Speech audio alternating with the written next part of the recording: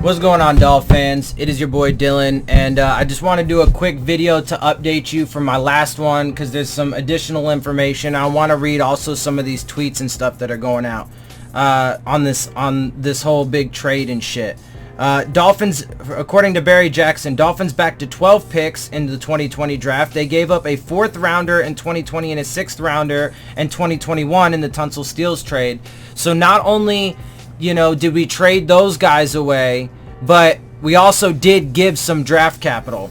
But there's more, because there were some players involved as well. But players, who the fuck cares about the players? Because they're nobody. Dolphins were expected to either cut wide receiver Kenny Stills or unload him for a 5th round pick elsewhere. Dude, look, I mean, you just shouldn't have done it. With the Kenny Stills thing, after the whole fucking controversy between in the infighting between him and the head coach and the optics alone are super bad, because there's a lot of people, including myself, who are gonna look at that and be like, yeah, you did it just because you know, you have power over the dude, and because apparently you're a fucking sellout scumbag. God damn, dude. Anyway, here are the official terms. The Houston Texans received Laremy Tunsil, Kenny Stills, a 2020 4th rounder, and a 2021 6th rounder. We received a 2020 1st round, a 2021 1st round, a 2021 2nd round pick, Julian Davenport, tackle Julian Davenport. Okay, you still have a fucking non-existent offensive line that's going to be absolutely garbage. And cornerback Johnson Batamosi, who apparently is just mostly a special teams guy. Okay, fucking useless. So the 1st round picks, fabulous. We have 2 the next 2 years. But who fucking thinks that they're going to fucking do the right things, man? Like, I mean, look, honestly, they would need to fucking, again, my philosophy, never take a quarterback in the 1st or 2nd rounds ever. Okay, but and with the holes that they have on the roster right now, they need fucking, particularly on the offensive line, they absolutely need fucking, you know, linemen. So are they going to spend both their 1st round picks next year on an offensive lineman? No. Guaranteed they're going to fucking take at least one quarterback in the 1st round. And even if they did take an offensive lineman with their 2nd 1st round pick, okay, great, you get a 1st round talent, but you know, first of all, who knows what's gonna happen, right? You know, maybe there's a run on offensive linemen and then you don't get the most premier talent.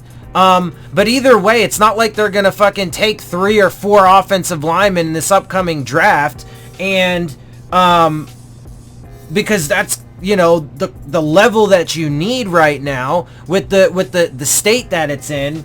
But even if you took an offensive lineman in the 1st round, okay, you got a 1st round talent, but you still have 4 other spots on that offensive line that are complete mysteries, or, you know, what have you.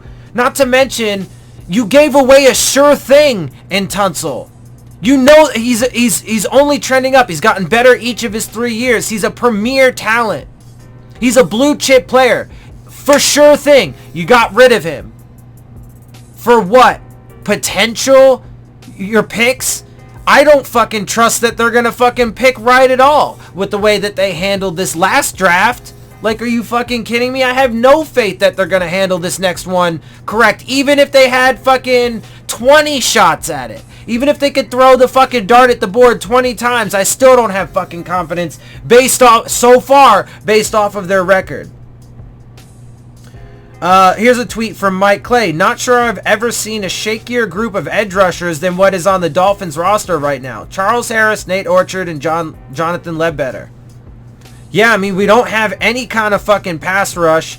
I mean, Charles Harris, I like the kid. He's on the edge, though. He needs to fucking prove himself, and so far hasn't. Nate Orchard has done some good things, but, you know, in preseason, but, you know, it's not like he's going to be a top-tier guy. Jonathan Ledbetter, yeah, okay. Let's see. From Joe Shad, the Houston Texans made an offer the Miami Dolphins couldn't refuse. No, they could. They told Tunsil they weren't going to fucking trade him. So maybe they could have kept their end of the bargain there and not, you know, become lying pieces of shit. Let's see. You know, you could maybe have, if you really want to build for the future, I mean, your offensive line is the absolute weakest group on the entire team, and you're going to get your quarterbacks murdered, okay? So, you know, instead of getting rid of the one blue chip player you have, the one guy on your offensive line that's a for sure thing, you could have kept him, right?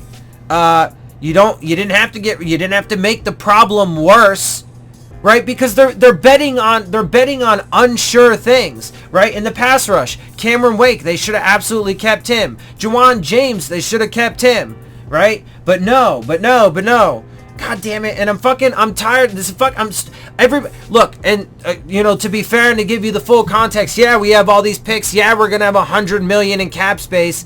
But what the fuck good is that if they can't make the right fucking decisions? Joe Shad again. You could definitely argue the Miami Dolphins did better in this deal than the Bears did for Khalil Mack and Giants did for OBJ. Yeah, you could try. And there's going to be plenty of people that do. But I guarantee in 2-3 years from now, when we are just absolute fucking steaming garbage and none of their fucking decisions prove to fucking do anything. And look, everybody expects us to be super garbage this year at this point. So when we are, people are going to give them an extended life. They're going to give them the benefits of the doubt, and they're going to fucking be like, oh no, you know, they're doing the right things for the future, even though there's absolutely nothing to really suggest that. Based off of the purge that they did, the players that they let go, these ridiculous fucking trades that they're making, you know, all this shit. And then that doesn't even take into account the kinds of messaging that you're sending to the players and to the NFL. Clowney didn't want to be here. Cam left because he saw in part because he saw what was going on. Same thing with Juwan James. Same thing with Frank Gore. All these guys, right? Like, it's just absolutely fucking absurd. It's absurd.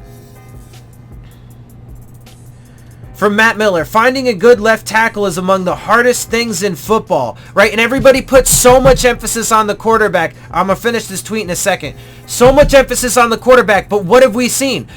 Far more first-round quarterbacks end up being busts or just average. You can...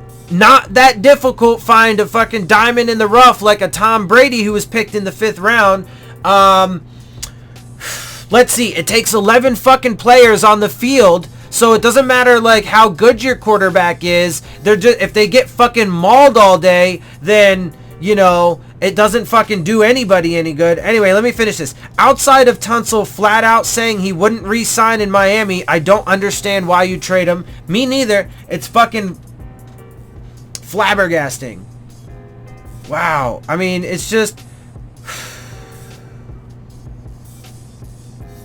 Tom Krasovic. Tunsil is a spectacular talent, and there's no denying his A game is special. Man, this... I mean, it's... This is absolutely absurd shit.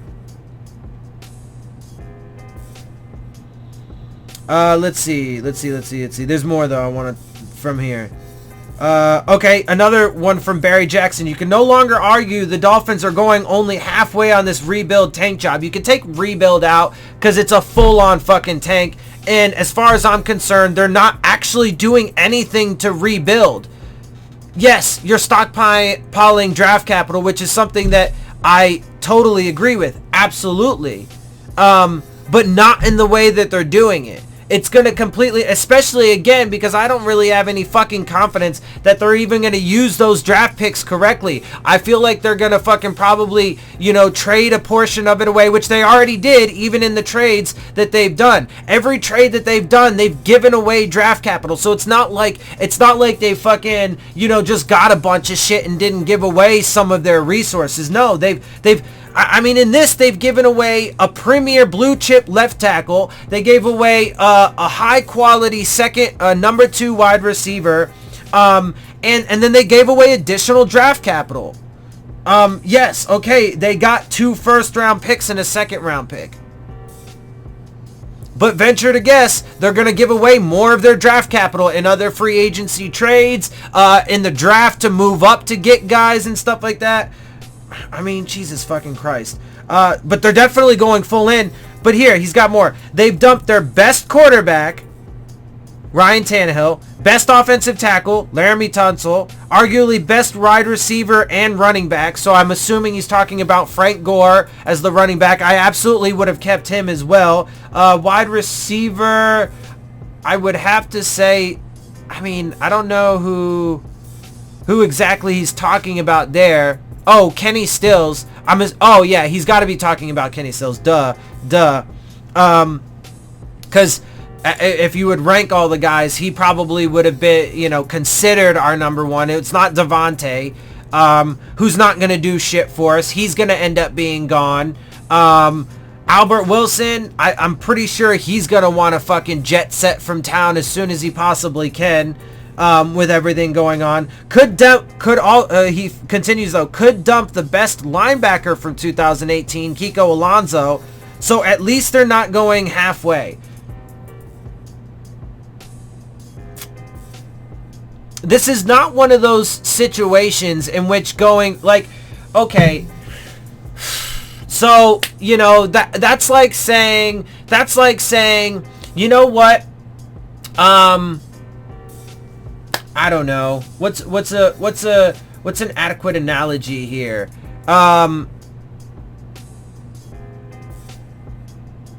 Okay, here's one. I have been diagnosed with, lung cancer because I'm a smoker and I've smoked my whole life. And so now I've been diagnosed with lung cancer and I've been given, 6 months, 3 months to live or whatever. Okay, so I'm gonna go all in and just live my life and do absolutely every fucking reckless, crazy fucking thing that I can think of, just because my life's over anyway, so fuck it, right? I'm gonna keep smoking, I'm gonna drink, I'm gonna do all kinds of drugs, I'm gonna fucking, drive under the influence, going fucking $150 down surface streets, blowing through red lights, like, fuck it, right? I'm just, go all in. Okay, I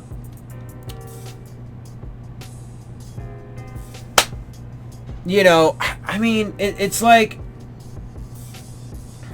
or, fucking, I guess, try and tie it into a supposed rebuild. Let's see. Okay, how about this, right? I'm in a relationship right now, and, it's not going so well, and so I think this is like a personal dialogue, right? Not like communication that this motherfucker, theoretical person that I'm talking about right now would do, right? Like, it's an internal dialogue. So, I'm not really in on this relationship, and this is probably a better analogy, really, to the, considering it's, under the context of we're supposedly rebuilding, right, and tanking and stuff now, or for a while, whatever. Anyway, so, I'm in this relationship, I'm not really digging it, things are like all right overall, but I just don't really like how things are going, because that's essentially what happened with Stephen Ross and Adam Gase when he fired Adam Gase. He's like, things are, I mean, I don't know if he thought things were really not that bad. I mean, but look, it's mind-boggling though, right? He said, I know I'm sidetracking here a little bit, but he said when he fired Adam Gase, I hope that I don't have to go 3-13. I'm paraphrasing a little bit. I hope that I don't have to go 3-13, but it could be 1, 2, 3 years before we're even competitive, right? But basically, it's like, he took us to the playoffs in year one of his regime, and, but then there were a couple down years after that. Not really his fault, but I don't really like what's going on. So back to my analogy, I don't really like this relationship I'm in. It's not like things are really like super bad fundamentally. I don't like it for some superficial fucking reason. Maybe because she doesn't fucking, she doesn't have sex with me enough. I don't know, what the fuck ever, right? Some stupid ass fucking trivial bullshit, right? Anyway, so I don't like the relationship. You know what? And I want to get out of it. But you know what? I'm not gonna go, I'm not gonna go halfway with this tank of this relationship, right? And then, whatever. I'm not gonna go halfway. I'm not gonna just like, lazily, stop paying attention and like just kind of like ignore her and shit like that, right? Like I'm not gonna just like stop spending time with her or whatever, and then so she gets tired of me. No, I'm gonna go balls to the wall. I'm gonna go all the way fucking in. I'm gonna cheat on her. I'm just gonna start being a blatant dick to her. I'm gonna fucking, talk down to her and belittle her and make her feel like she's a piece of shit, right? I'm gonna fucking kill her dog. I don't know. That's getting a little extreme. But like, I mean, it's fucking mind-boggling, and none of this shit makes any fucking sense.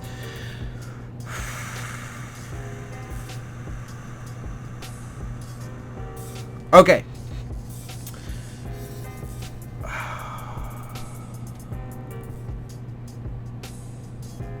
I mean,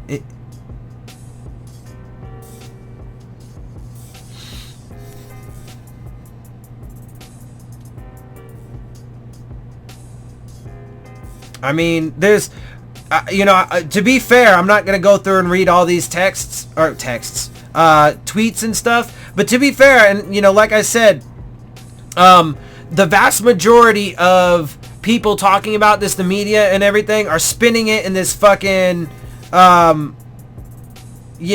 super, like, positive light. But, god damn it, dude, like, people need to read a little bit more, a little bit deeper, and stop being so, like, it's just, none of this is going to be fucking, none of this is going to turn out right. I mean, this is fucking... For the Dolphins fan base who don't like me questioning the team's ability to draft, let's settle this in. There are only 2 draft picks still on the roster from before 2015. Walt Aikens and Rashad Jones. Rashad Jones, I venture to guess, won't be around much longer. Yeah, and look, that's part of what I'm saying. I don't trust, because I 100%, like every decision that they've made has just like dug ourselves into a deeper and deeper hole. Like everything, right from the get-go. Obviously, I believe, starting with the firing of Adam Gase, but then the purge that they did and the players that they let go, the players that they've traded, the way that they handled the draft. I think that they fucking handled it completely wrong. The way that they handled the fucking, the drama and stuff that's come up, between, like, every fucking turn, every single fucking turn that they've made has just been, with 1 or 2 exceptions, has just been absolutely fucking atrocious.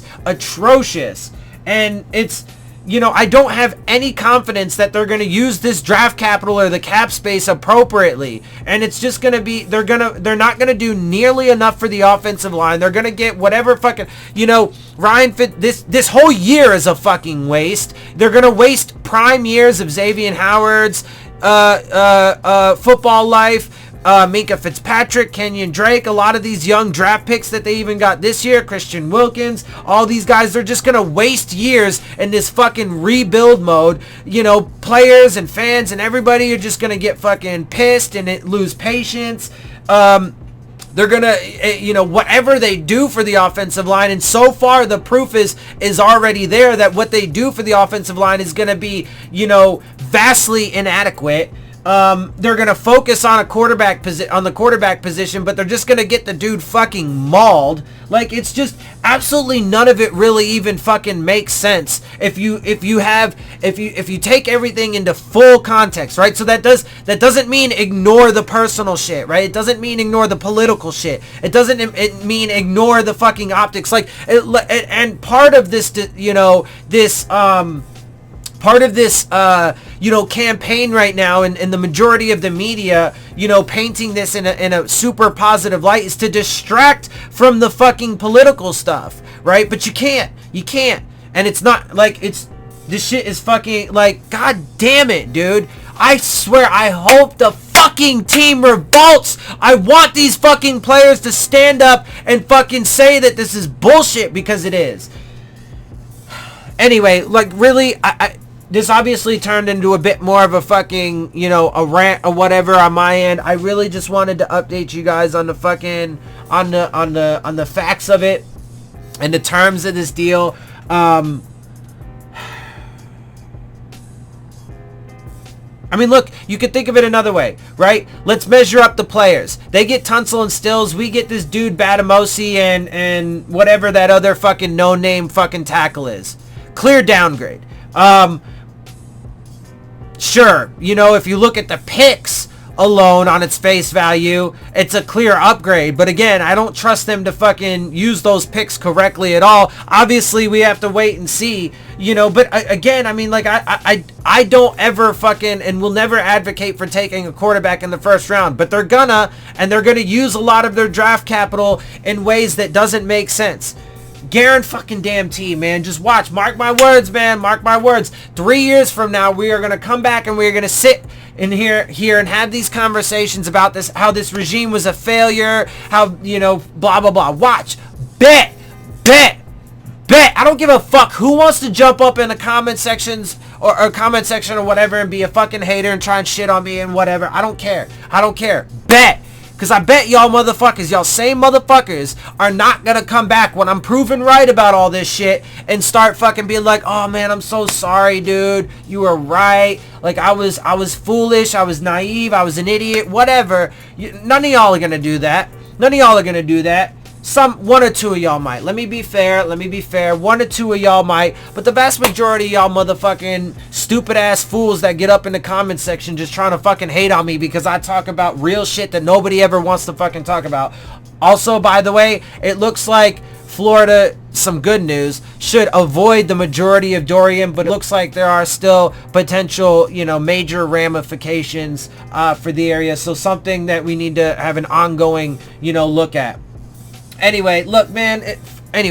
I'm wrapping this up because this video is getting longer than I want, and I really just wanted to update you on a couple things. So anyway, I'm gonna get up out of here. I hope y'all fucking. I'm gonna keep doing this though, man. I'm gonna keep fucking doing it. I'm gonna keep doing it real. I'm gonna keep doing it passionate, and I'm gonna give y'all the facts and all the data and all the fucking information and stuff like that. I gave you the numbers, right? Like, y'all can view, like, y'all know what my perspective is. I'm not hiding it. I'm not fucking, you know, I don't got no bias and shit like that. I don't got none of that bullshit, right? Like, I keep it real for you. I gave y'all the fucking facts. I made sure to update y'all on the fucking facts so it was super accurate. And then now I give you my fucking perspective. And my perspective is this is all bullshit. It's all gonna fail. It's gonna backfire. They're not gonna handle things properly. It's gonna be a disaster. This coaching regime is gonna end up fucking being ousted before Brian Flores' contract is up. And we're gonna be in the same fucking spot in 3 years because don't nobody wanna fucking listen. So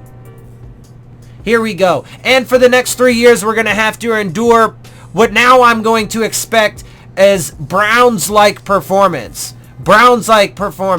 So, you know, before I thought we were going to maybe win 3 games, bro, we have no offensive line to speak of. Zero offensive line to speak of. And then you have Ryan Fitzpatrick and Josh Rosen back there. I think, again, to reiterate one more time, I think Rosen's got potential and could be a good quarterback in this league. But we're clearly taking at least one quarterback next year, possibly even the year after that. Or we might even move up and get a second one, apparently, according to some reports and speculation. And my guess is that they're going to, once again, next year, drastically, you know, fucking neglect the offensive line, not do anywhere near enough. You know, they're going to patch it up with Band-Aids and try and sell it to us like it's a fucking fix, right? But Rosen's not going to be here after that. That's almost a fucking lock at this point. So anybody that's like, oh yeah, that was a good idea. Let's trade away draft capital and let's take fucking Rosen essentially as our second round pick this year because he's going to be our franchise guy. Dude, you can't argue that at this point. I mean, There's like a 2% chance you can fucking argue that. So I guess it's still a theoretical possibility. But, I mean, come on. Like, really? And, dude, Ryan Fitzpatrick and Josh Rosen have to be dreading this upcoming season with the line that's in front of them. I mean, if they're not fucking stupid, they would be, right? And they're going to get fucking mauled. Neither one of them are going to end up being on the fucking team next year, most likely. Josh Rosen might barely survive and hang on, but he's not going to be the franchise guy. And then he's most likely not even going to fucking start once we take Tua or Justin or both or whoever the fuck, right? Like, it just... Alright. God damn it. Like, and after this, like, or after the video earlier, like, I left, I did some errands, I bought my weed, I've smoked a bowl now, so I'm even high, but, like, I can't fucking, I'm so hyped up and, like, livid and pissed about this, bro. Like, I'm on a fucking, I'm on one right now. I'm on a fucking level, like, way the fuck up here, like, anyway, so, like, I'm sorry. I keep going on these fucking rants and shit like that, but I got to, man, because I'm the only fucking one that's really fucking talking about this shit and saying these things. So I gotta keep it real with y'all, and I gotta fucking do this, and I gotta stay persistent. And look, I wanna fix this motherfucking shit, right? That's why I'm so critical. That's why I fucking hold people's feet to the fire, hold people accountable. You know, that's why I talk about the shit that nobody else wants to talk about and stuff like that. So, that's a good segue to me getting up out of here, because I hope you guys enjoy my perspective. I hope you like my perspective. And if you do, make sure you hit the subscribe button. Make sure you hit the like button. Make sure you hit the bell if you want to get the alerts. Leave your questions, comments, and concerns down in the comments section. And, of course, as always, make sure you follow me on Twitter at Dillon Tartaro. And with that, I am out. I'll see y'all soon. Fins up, baby.